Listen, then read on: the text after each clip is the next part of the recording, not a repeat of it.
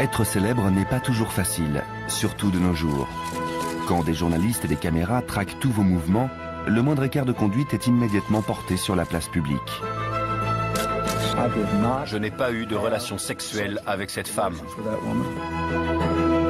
Bien sûr, dans le lointain passé, ceux qui gouvernaient n'avaient pas ce problème.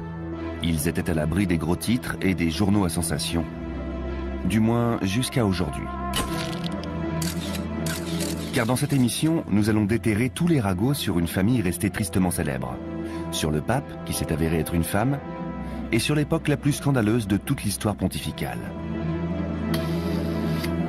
Nous allons vous dévoiler la face cachée des prélats romains.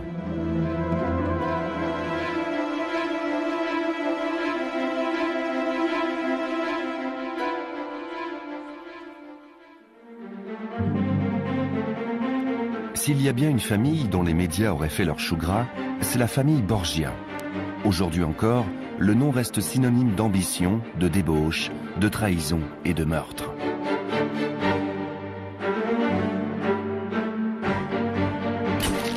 Bien sûr, ils n'ont jamais été harcelés par les journalistes, ni n'ont dû composer avec des manchettes accusatrices ou des images embarrassantes.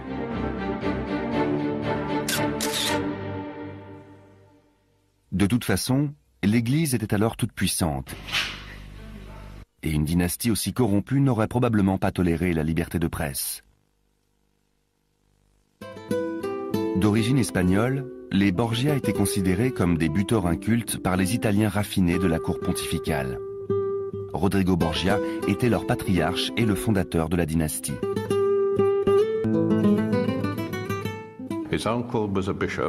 Il avait un oncle évêque qui a fini par devenir pape. Rodrigo l'a accompagné à Rome, et là il a été couvert d'honneurs et de bénéfices qui ont fait de lui un des cardinaux les plus riches. Nommé vice-chancelier du pontificat, c'est devenu un décideur politique et un homme d'influence. Il est resté sous 4 papes, ce qui prouve qu'il était perspicace et bon administrateur. À certains égards, il vivait avec parcimonie. Rodrigo devient Alexandre VI en 1492. Pour assurer son élection, il n'hésite pas à multiplier les pots de vin et à acheter les voix. Mais le nouveau pape est un homme à femme, et à l'instar de certains de nos chefs d'État, il ne voit aucune raison de laisser sa charge entraver ses désirs. Il aimait les femmes, et les femmes le lui rendaient bien. Il a eu d'innombrables liaisons qui ont duré plus ou moins longtemps. C'était un homme avec un certain appétit sexuel.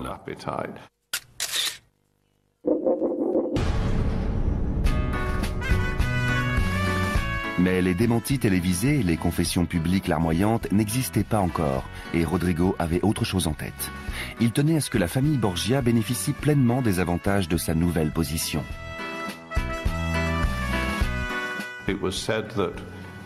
L'histoire dit que chaque matin, au réveil, il se demandait « Que vais-je faire dans l'intérêt de ma famille aujourd'hui ?»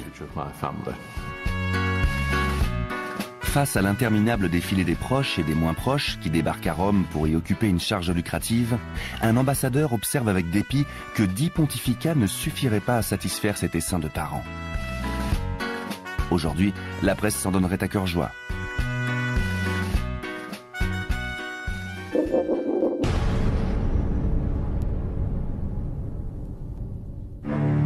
L'un d'entre eux semble promis à un bel avenir.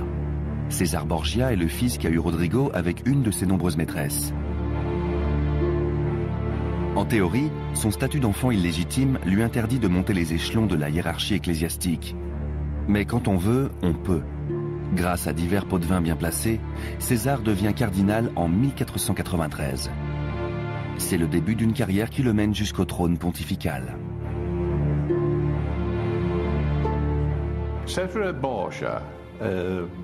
César Borgia est un des grands méchants de l'histoire. Il est la principale inspiration du prince de Machiavel. Ce dernier a utilisé ces pratiques pour montrer comment s'en sortir dans le tourbillon de la politique italienne. Comme son père, César faisait passer la famille avant tout et ne tolérait aucun obstacle.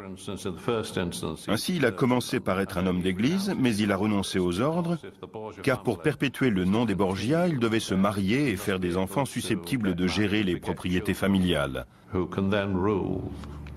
C'était aussi un homme avec un vrai sens militaire et qui a, par exemple, eu Léonard de Vinci comme ingénieur militaire. Il savait repérer le talent. La presse aurait adoré. Particulièrement susceptible, César ne tient pas à ce qu'on évoque sa bâtardise devant lui. Ceux qui le font en paient le prix. Mais la plupart des gens évitent de le provoquer. Après tout, cet homme colérique et assoiffé de sang est appelé à devenir chef de l'Église.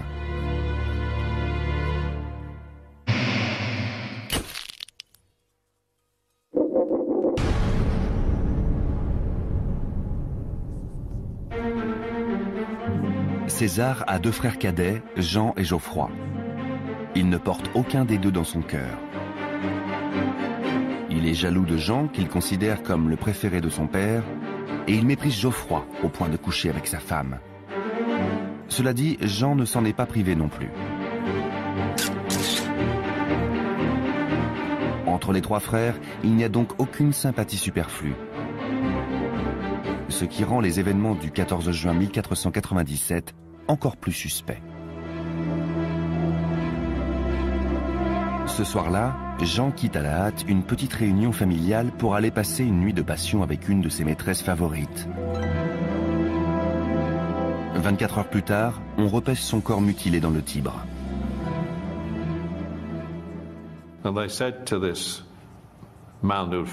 On a demandé à l'homme qui avait trouvé le corps pourquoi il n'avait pas donné l'alerte plus tôt. Il a répondu « Je vois tellement de corps dans le fleuve, un de plus ou un de moins. » Bien sûr, l'affaire n'a jamais été résolue, mais le corps a été repêché et inhumé. Le pape était désespéré, il répétait « Je connais la cause de tout ça » et semblait dans un état proche de la démence. Il n'a jamais précisé sa pensée, mais ça a suffi à faire naître le bruit que c'était César qui avait commandité la mort de son frère. Rodrigo est accablé de chagrin. Malgré une enquête poussée, le meurtre de Jean reste impuni. Son père remue ciel et terre pour écarter plusieurs suspects. Pourtant, le nom de César n'est même pas mentionné. À l'époque, il n'existe pas encore de reporter tenace pour faire toute la lumière sur l'affaire. Le principal suspect n'est donc pas inquiété.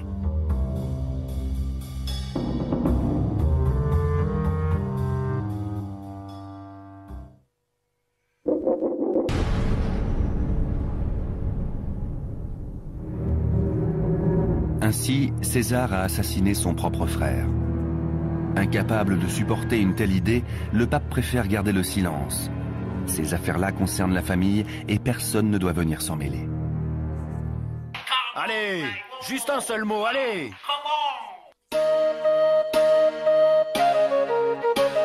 Heureusement pour Rodrigo, il lui reste une fille qu'il aime très tendrement. À la fois belle et intelligente, Lucrèce est une sorte de Lady Di avant l'heure. Lucrèce Borgia est une des plus belles femmes de l'histoire.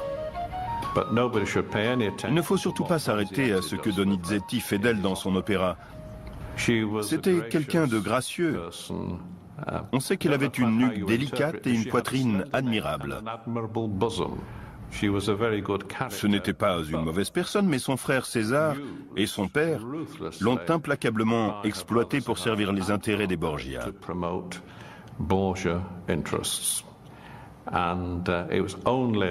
Ce n'est que plus tard, dans sa vie, après leur mort, que sa véritable nature s'est révélée.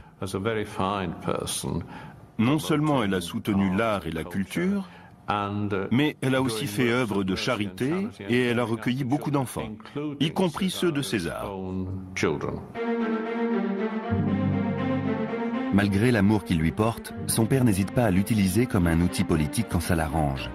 Elle n'a que 13 ans lorsqu'il la marie à Giovanni Sforza, héritier d'une des familles les plus riches et les plus influentes de Rome.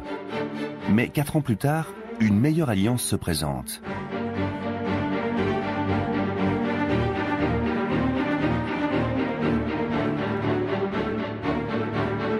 Avant toute chose, Lucrèce doit redevenir célibataire.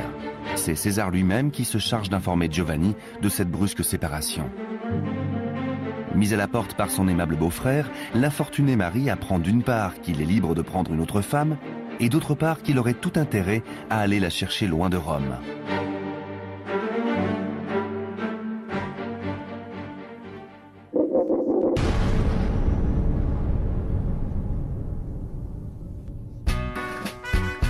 Ainsi donc, le couple se sépare. Mais la rupture doit encore être justifiée officiellement. Rodrigo a une idée de génie. Il propose d'annuler le mariage en expliquant avec le plus grand sérieux que l'union n'a pas été consommée parce que Giovanni est impuissant.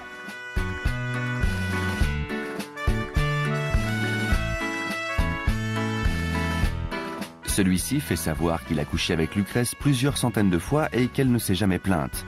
De plus, sa précédente femme est morte en couche. Alors comment diable pourrait-il être impuissant ?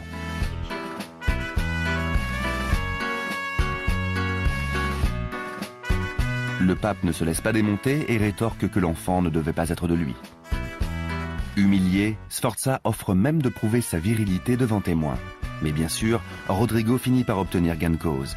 L'annulation est prononcée et comme le mariage n'a pas été consommé, Lucrèce est déclarée vierge.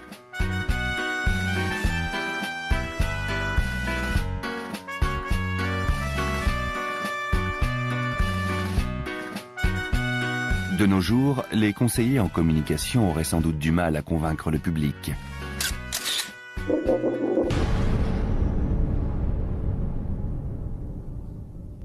Cependant, la version de la Vierge effarouchée se heurte bientôt à un petit problème.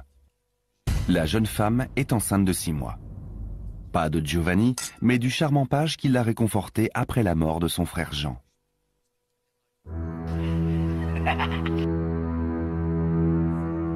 Lorsqu'il apprend la nouvelle, César entre dans une colère noire.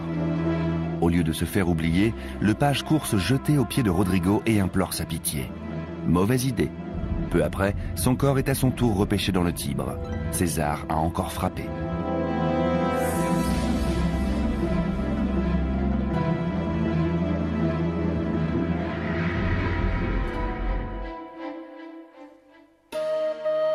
Quand le bébé vient au monde, quelques mois plus tard, Lucrèce est déjà installée chez son nouveau mari, Alphonse d'Aragon. Il est le frère de la femme de Geoffroy, si généreuse de ses faveurs avec les frères Borgia. Les deux époux s'aiment sincèrement. Pour la première fois de sa vie, Lucrèce est heureuse en ménage. Mais cet amour n'atténue pas l'emprise étouffante de son frère.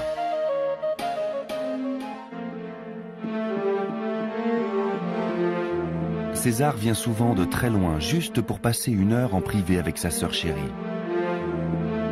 Il est littéralement obsédé par elle et se plaît à imaginer les divertissements les plus singuliers pour lui faire plaisir. C'est ainsi qu'il organise le célèbre bal des châtaignes. Le bal des châtaignes, c'était l'ultime orgie. Il avait été organisé par César au palais apostolique et tous les gens qui comptaient étaient présents, en particulier les femmes. Il avait fait venir 50 prostituées honnêtes. L'expression est merveilleuse. Tout le monde buvait, mangeait et s'amusait. Pendant la première partie de la soirée, les convives ont dansé tout habillés. Ensuite, ils se sont mis à danser nus. Et puis, les lumières ont été tamisées, on a jeté des châtaignes par terre et les femmes nues, les prostituées honnêtes, ont été chargées de les ramasser. Enfin, il y a eu le grand final. On a apporté des vêtements richement ornés pour les offrir aux 3 hommes qui parviendraient à forniquer avec le plus grand nombre de femmes. J'ignore quel fut le résultat du concours.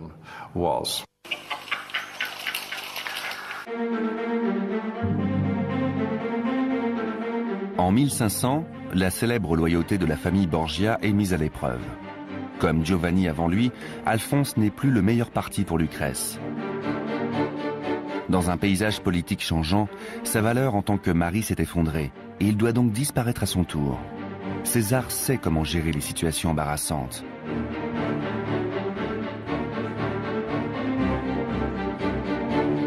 En juillet, Alphonse échappe de justesse à une tentative de meurtre. Et c'est bien sûr par une coïncidence tragique qu'il succombe à une hémorragie interne à peine 1 mois plus tard.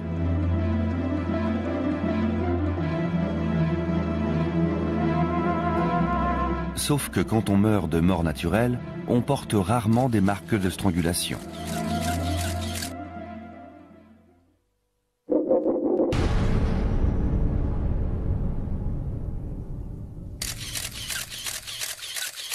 De nos jours, une telle affaire ferait forcément scandale.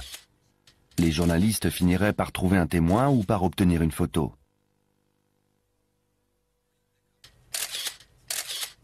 Cette fois, au moins, l'assassin ne s'est pas débarrassé du corps dans le Tibre. Le pauvre Alphonse est inhumé dans un modeste tombeau.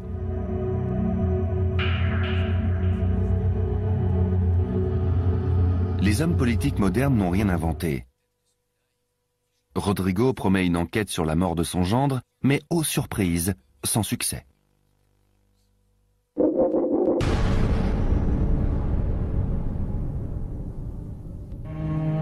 Lucrèce a le cœur brisé. C'est son frère qui se charge de la convaincre que tout est pour le mieux. De retour au bercail, la veuve reprend son ancienne vie, les Borgia resserrent les rangs.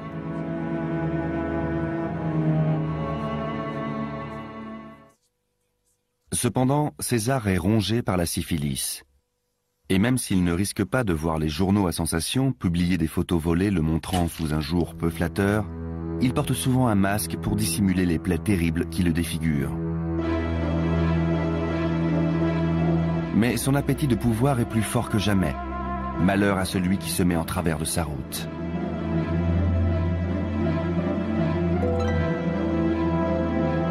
Sa méthode préférée pour en finir avec ceux qui l'ont contrarié est le poison.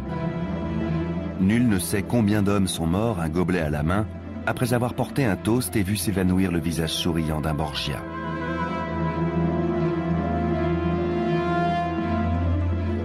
C'est donc par un étrange caprice du destin que Rodrigo meurt à son tour en 1503, après avoir accidentellement bu une coupe empoisonnée destinée à une autre des malheureuses victimes de son fils.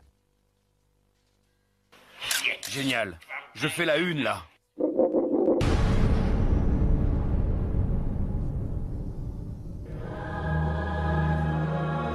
César lui-même parvient à échapper à ses nombreux ennemis à Rome en trouvant la mort au cours d'une campagne militaire en Espagne en 1507. Quant à Lucrèce Borgia, qui sera plus tard stigmatisée par l'histoire, elle meurt en couche en 1518 à 39 ans. Lucrèce a la réputation d'une empoisonneuse. Et Donizetti en joue beaucoup dans son opéra. Mais il faut remettre ça dans le contexte. Les Borgia étaient impliqués dans plusieurs empoisonnements et elle a tout simplement été assimilée à ça. Je pense que Lucrèce n'était pas une empoisonneuse, contrairement à d'autres membres de la famille. La famille Borgia a peu à peu sombré dans l'oubli. Le rêve de Rodrigo, qui voulait fonder une grande dynastie, ne s'est pas réalisé. Il a pourtant réussi à immortaliser son nom. Aujourd'hui, les Borgia symbolisent ce que l'humanité a de plus vil.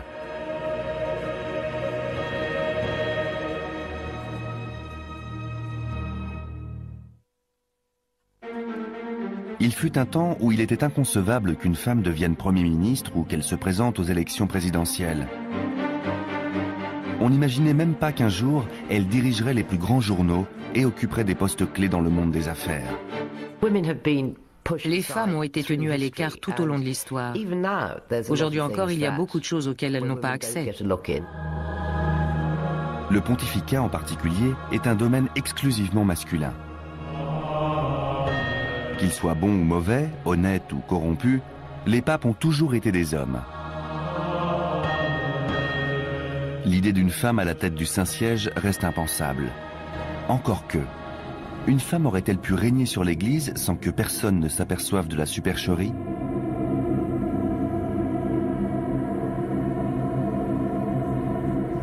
Imaginez un peu la réaction des médias si une histoire comme ça leur tombait entre les mains.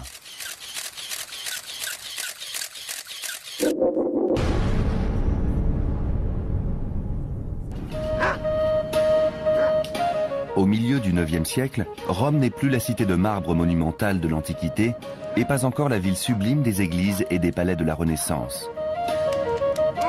À ce stade de son histoire, c'est un trou perdu. Son seul intérêt, c'est qu'elle est la patrie des papes et donc le centre spirituel de la chrétienté.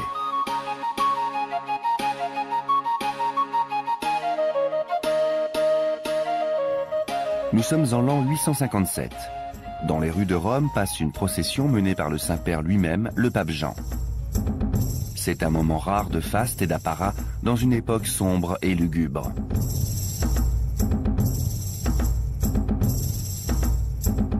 Soudain, le souverain pontife s'arrête net et s'effondre au sol. Sous les yeux horrifiés des spectateurs qui se précipitent à son secours, il se met à hurler en se tordant de douleur. On réclame à grands cris un médecin. Au milieu de la confusion générale, le pape laisse échapper une terrible plainte. Soudain, du sang coule sur le pavé. Aussitôt, on relève la robe pontificale avec le plus grand soin. Un silence consterné tombe sur la foule. Il est rompu par le cri d'un bébé. Le pape vient d'accoucher sur le pavé romain.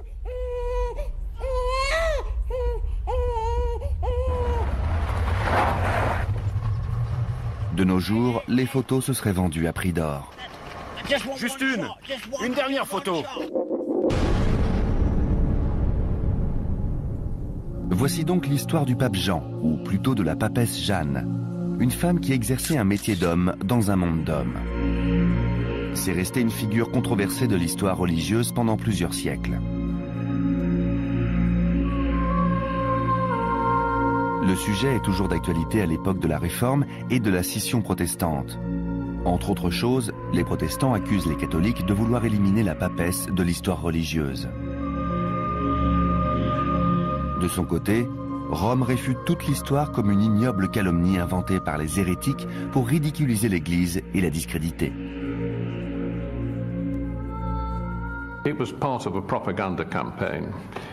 Ça faisait partie d'une campagne de propagande. Le pontificat était particulièrement impopulaire et les réformateurs estimaient que le Saint-Siège ne respectait pas les Écritures. Alors tout ce qui pouvait ternir sa réputation était bon à prendre. Et c'est ainsi que la Réforme a utilisé cette histoire de façon polémique pour soutenir sa propre cause et affaiblir la vieille Église. Mais il ne faut pas oublier que la papesse Jeanne était déjà très populaire chez les catholiques avant la Réforme. Vers 1400, on a mis un buste d'elle dans la cathédrale de Sienne. Mais s'il s'agit d'une simple rumeur, demandent les protestants, pourquoi avoir rebaptisé la rue dans laquelle Jeanne aurait accouché rue de la papesse ?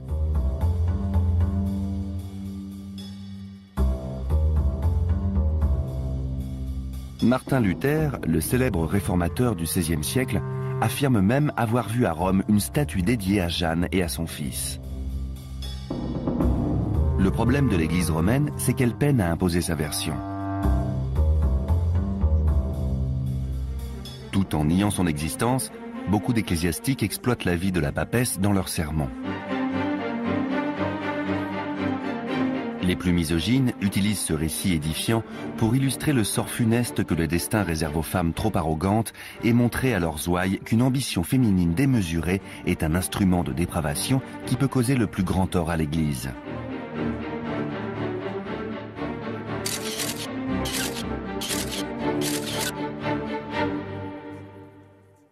On pourrait croire que plus de 1000 ans plus tard, l'accès des femmes aux positions de pouvoir est devenu une évidence.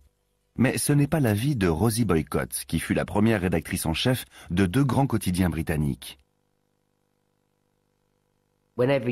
Les articles sur des femmes qui occupent des postes importants indiquent systématiquement ce qu'elles portent, comment elles sont coiffées et si elles ont des enfants. Pour les hommes, on ne le précise pas. Mais ça fait partie de l'image de la femme. Et ça a quelque chose de péjoratif parce que ça implique que même si elle dirige une entreprise, elle a aussi des enfants et qu'elle n'est donc pas entièrement disponible. On ne dit pas ça à propos d'un homme. La controverse semble toujours aussi brûlante. En réalité, elle est apparue bien avant l'intervention de la papesse Jeanne. Au Ve siècle, l'ordination de femmes prêtres déclenche une violente polémique. Le pape Gélas Ier envoie aussitôt une lettre indignée aux évêques concernés. Nous apprenons avec regret que le dédain envers la religion est tel que des femmes s'acquittent du service des saints autels et accomplissent toutes les autres choses assignées au ministère des seuls hommes.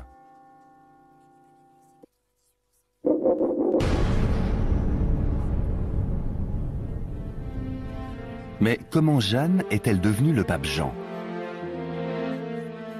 La légende dit qu'elle est née en Angleterre.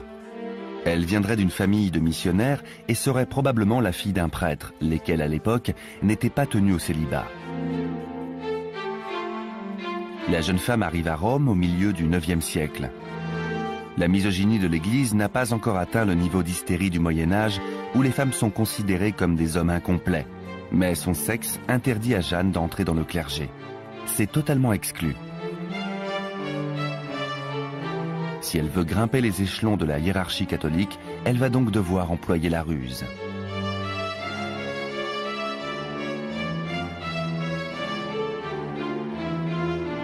Son ascension coïncide avec un changement d'apparence chez les prêtres qui présentent désormais au monde un menton rasé de près. Son visage imberbe ne risque donc pas de la trahir. En supposant que la future papesse n'est pas une beauté à la voix cristalline, il lui suffit donc de porter des vêtements amples. La robe cléricale en particulier est traditionnellement asexuée. Heureusement, nous n'avons plus besoin de nous déguiser en hommes. Mais ce qui est intéressant, c'est que psychologiquement, les femmes doivent encore se comporter comme des hommes. On ne leur demande pas d'avoir leur propre sensibilité féminine sur le lieu de travail. C'est donc ce que fait Jeanne. Aux yeux du monde, elle devient tout simplement un homme. Elle cède la place à Jean, et le plus incroyable, c'est que personne ne semble s'en apercevoir. Au départ, elle se contente sans doute de viser l'ordination sacerdotale. Le problème, c'est qu'elle est douée. En fait, c'est même une élève brillante et une oratrice remarquable qui excelle dans les débats. Elle se fait rapidement remarquer.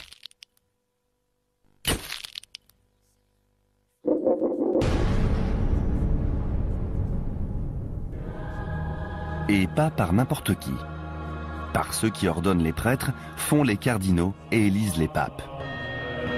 Petit à petit, sa réputation grandit et elle perd peut-être le contrôle de la situation. Enivrée par sa célébrité naissante et décidée à jouer un bon tour aux autorités catholiques, elle finit par se retrouver prise au piège.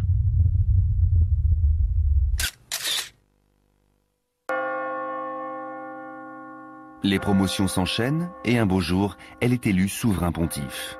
Le pape Jean est une femme et personne ne le sait.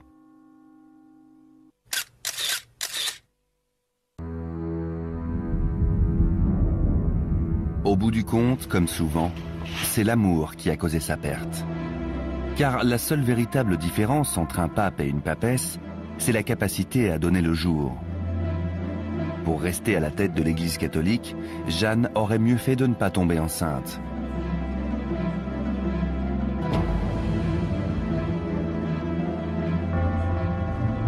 Le père de l'enfant n'est qu'une ombre sans nom, un ancien amour de jeunesse.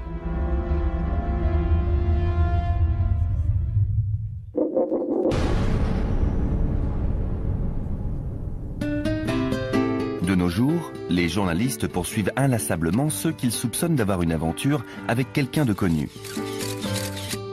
Il y a même des magazines entièrement consacrés à la vie privée des stars. Mais en ces temps reculés où la célébrité n'était pas encore une obsession, l'amant de Jeanne a pu rester un ecclésiastique anonyme tout en la regardant s'élever au sommet de l'Église.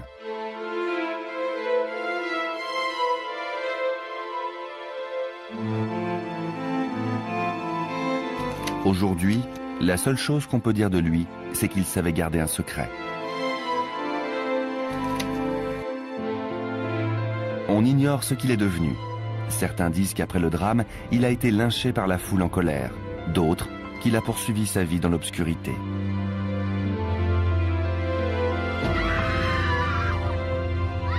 Mais qu'est-il censé être arrivé à la papesse Jeanne après son accouchement spectaculaire? Il y a deux versions. La première dit qu'elle est morte en couche.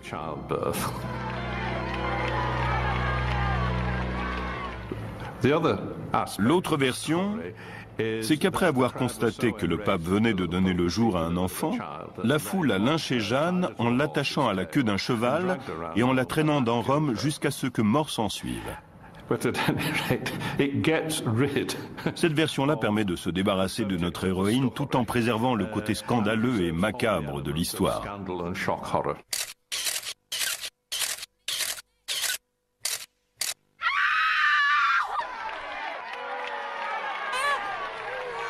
Quant au fils de Jeanne, la légende raconte qu'il a échappé à la fureur populaire et qu'il est ensuite devenu évêque. Sa mère aurait été fière de lui. L'histoire de la papesse Jeanne s'achève sur un post-scriptum étonnant. Écoutons plutôt le témoignage du clerc gallois Adam de Usk, qui a assisté au couronnement du pape Innocent VII en 1404 et qui le raconte ainsi. Après s'être détourné avec horreur de la papesse Jeanne, représentée avec son fils près de Saint-Clément, le pape descend de cheval et entre dans Saint-Jean-de-Latran pour y être intronisé. Là, il s'assied sur la chaise de Porphyre au siège troué, afin qu'un des jeunes cardinaux s'assure de sa virilité.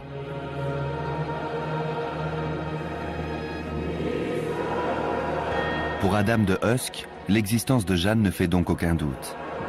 Il suggère même qu'au XVe siècle, on vérifiait le sexe du pape pour éviter qu'une telle chose puisse se reproduire. Heureusement, tout ça c'est du passé.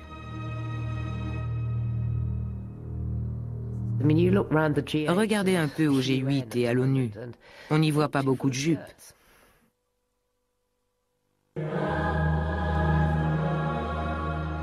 Bien sûr, beaucoup d'hommes vertueux ont également dirigé l'Église avec sagesse et piété.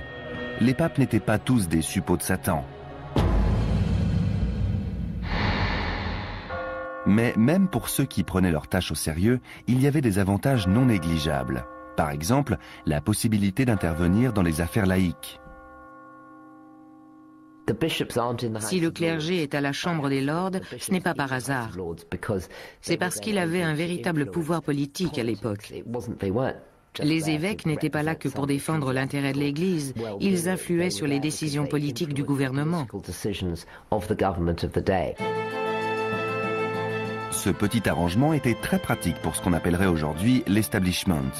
Mais en définitive, les papes sont humains et derrière les portes closes, ils sont en proie aux mêmes tentations que n'importe qui d'autre. Au fil des ans, les médias ont épinglé plus d'un homme d'église qui s'était égaré hors du droit chemin avec des titres comme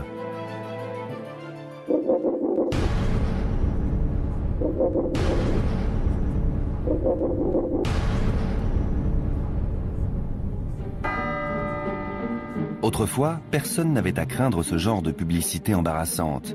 Et la probité affichée par le Saint-Siège dissimulait parfois des turpitudes honteuses. Une corruption qui pouvait même perdurer pendant plusieurs mandats pontificaux. C'est le cas d'une période tristement célèbre qu'on a appelée la pornocratie. La pornocratie, c'est le règne des courtisanes. On désigne ainsi une période où la papauté était sous l'emprise de la noblesse romaine en général et d'au moins deux femmes redoutables en particulier. Ce que voulaient ces femmes et leurs familles, c'était avoir accès aux propriétés pontificales, qui était synonyme d'argent, de pouvoir et de prestige. Elles avaient donc besoin d'un pape qui se plierait facilement à leur volonté.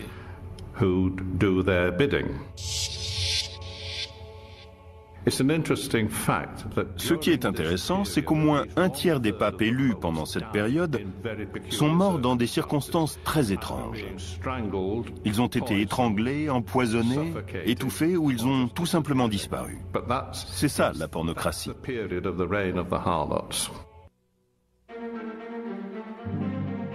Théodora et Théophylacte, son mari, sont deux personnages influents dans la Rome du début du Xe siècle.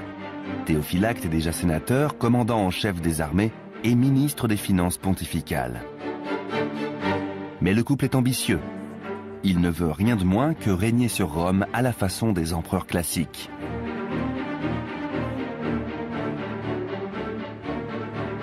Le problème, c'est que l'Église se dresse en travers de leur route. Il ne reste donc qu'à en prendre le contrôle. Pour ça, il leur faut un homme au Saint-Siège. Heureusement, ils ont un candidat. Il s'appelle Serge III, et avec l'aide de ses protecteurs, il est élu pape en janvier 904.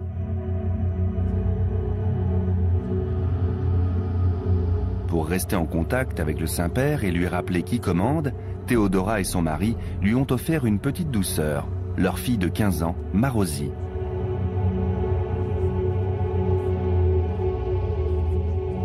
Visiblement, le cadeau est apprécié à sa juste valeur. Marosie lui donne rapidement un enfant qui finit par devenir pape à son tour. Serge III est tout simplement un monstre, un des pires souverains pontifes de l'histoire, et il a la rancune tenace. Après avoir pris la place du pape Léon V en le faisant assassiner, avec le soutien de Théodora et Théophylacte, il entreprend de châtier tous ceux qui lui ont déplu.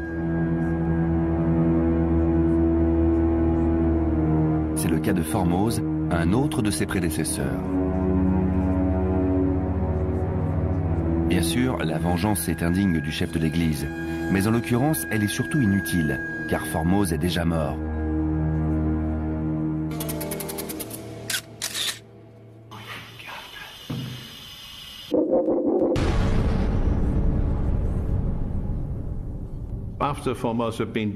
Neuf mois après la mort de Formose, on a exhumé son cadavre. On l'a installé sur un trône, vêtu de ses habits d'apparat pontificaux, et on a organisé un procès. Ça a dû être compliqué, le pauvre homme pouvait difficilement se défendre. Naturellement, il a été jugé coupable. À la suite de ce verdict, toutes ces mesures et toutes ces ordinations ont été déclarées invalides. On a coupé les 3 doigts dont il se servait pour la consécration lorsqu'il était pape. Le procès s'est achevé là-dessus et ils ont jeté son corps dans le Tibre. Tout ça aurait beaucoup déçu les paparazzi, car Formose n'était même pas impliqué dans un quelconque scandale sexuel. Il ne l'aimait pas, c'est tout. Une fois Serge III en place, Théodora et Théophylacte prennent en douceur les rênes du pouvoir dans l'ombre du trône pontifical.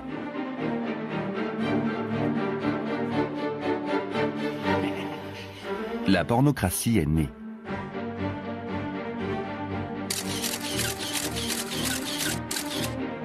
Cependant, les meilleurs plans ont leurs points faibles. Les deux Romains n'avaient sans doute pas prévu la disparition de leur pape fantoche quelques années après son élection. Le très Saint-Père meurt malencontreusement en 911. Mais à l'époque, l'emprise du couple sur la cour pontificale est déjà absolue. Théodora passe aussitôt à l'action. Elle assure une transition sans heurts en séduisant son candidat préféré à la succession, l'archevêque de Ravenne.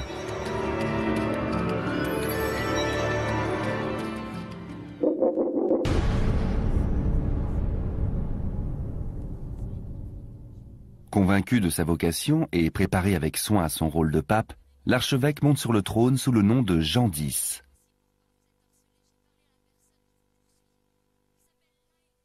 Théodora lui offre une cérémonie d'intronisation à sa façon pour lui rappeler ses priorités.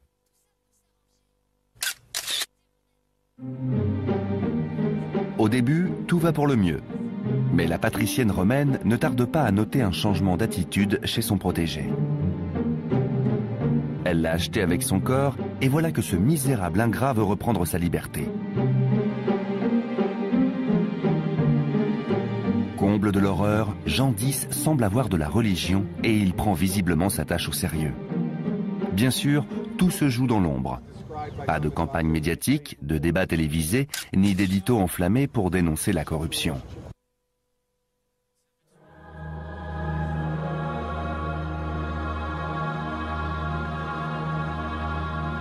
Le pape mène lentement l'Église sur la voie de l'indépendance. Il prend délibérément ses distances avec son ancienne protectrice et ses amis. Pour Théodora, la déception est immense.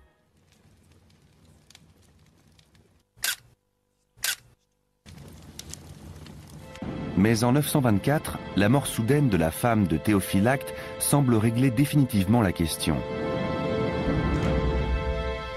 Jean X se croit enfin débarrassé de ses pénibles pressions extérieures. Grossière erreur. Marozzi est prête à reprendre le flambeau et elle s'avère tout aussi redoutable que sa mère.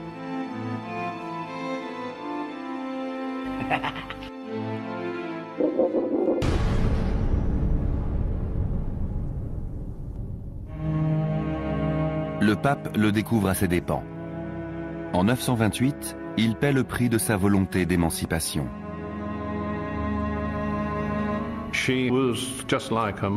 Elle était exactement comme sa mère. Elle l'a déposé parce qu'elle a découvert que les pantins ne sont pas toujours dociles. Elle a découvert que le pape voulait garantir l'indépendance du Saint-Siège afin de traiter certains problèmes épineux, comme par exemple l'invasion des Sarrasins.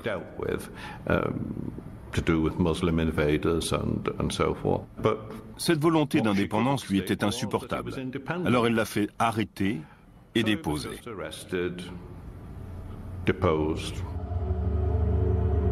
Par une nuit sombre de la même année, le pape Jean X est étouffé avec un coussin. À votre avis, qui a donné l'ordre ?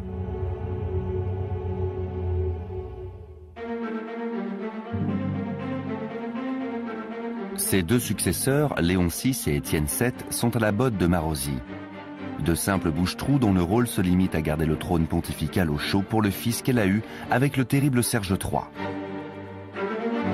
En mars 931, elle le fait couronner sous le nom de Jean XI. C'est la première fois que le fils illégitime d'un pape devient à son tour chef de l'Église romaine.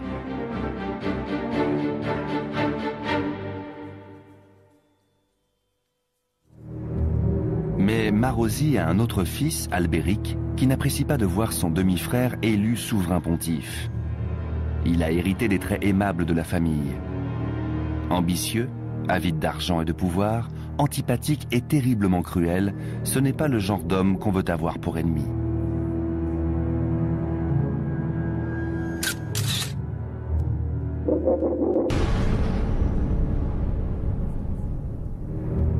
Mais la contrariété que lui inspire l'élection de Jean XI n'est rien comparé à sa fureur lorsqu'il apprend que sa mère compte épouser Hugues de Provence, le roi d'Italie en personne. Ce nouvel obstacle vient contrecarrer ses ambitions. Et pour couronner le tout, Hugues l'insulte pendant la cérémonie du mariage. Si seulement il y avait eu des photographes et des caricaturistes pour immortaliser la scène.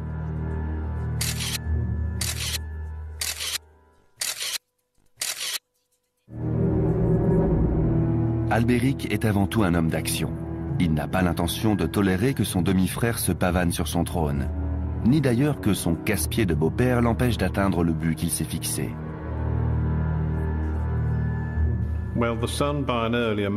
C'était le fils d'un précédent mariage. Et il a été mortellement offensé par leur union. Il a jugé que sa position était menacée. Alors il a organisé un coup d'État. Le couple a été tué sans doute par asphyxie parce qu'il n'aimait pas verser le sang. Il préférait une mort discrète. Quant au pape, Albéric l'a écarté en le consignant aux rites sacramentaux et il a pris le contrôle politique du pays. C'était fini pour eux.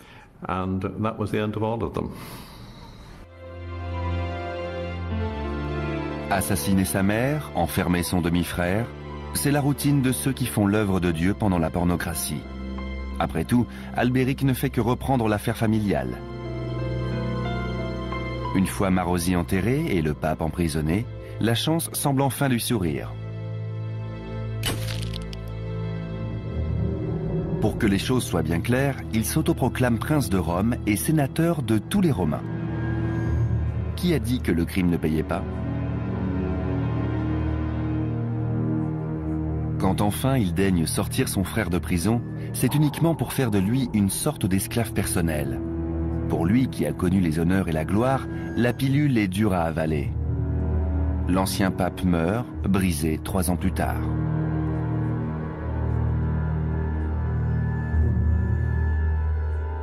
La pornocratie s'achève avec la mort du fils d'Albéric, Octavien. Élu pape sous le nom de Jean XII au milieu du Xe siècle, il fait preuve d'une telle corruption morale, financière et politique que les Romains réunissent un concile extraordinaire pour se débarrasser de lui. Ils auraient pu éviter de prendre cette peine car sa sainteté meurt dans son lit, ou plutôt dans le lit d'un autre. Manifestement, le mari jaloux qui l'a tué à coups de marteau ne tenait pas à partager sa femme, pas même avec le Très Saint-Père.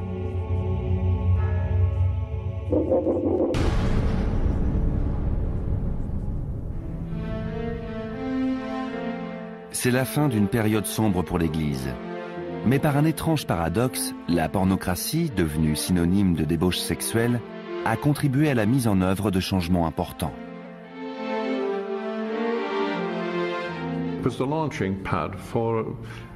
Ça a été le point de départ d'une réforme.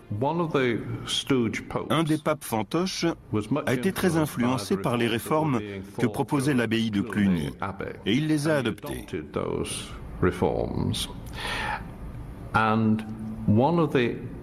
L'un des principaux objectifs était de permettre à l'Église de ne plus être le jouet de l'aristocratie, comme c'était si souvent le cas, et d'empêcher la sécularisation de ses ressources.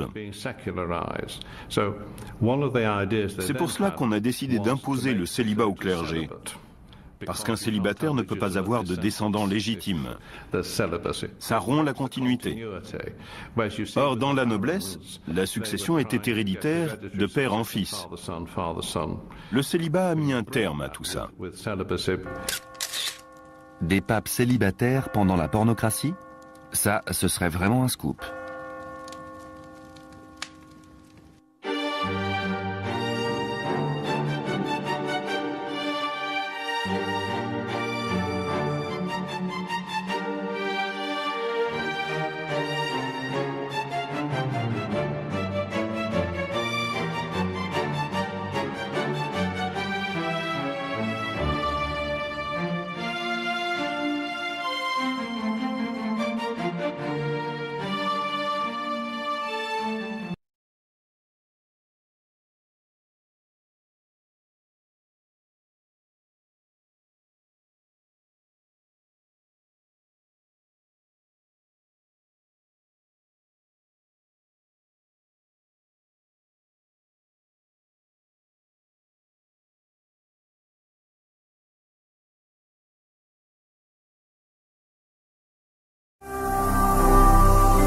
Ne manquez pas de vous abonner à notre chaîne YouTube Jésus-Christ TV, en cliquant sur le bouton s'abonner, juste au bas de la fenêtre de cette vidéo. Ainsi, vous recevrez automatiquement nos nouvelles vidéos, et vous ne raterez aucune. Vous connaîtrez la vérité et la vérité vous affranchira. Jean 8, 32.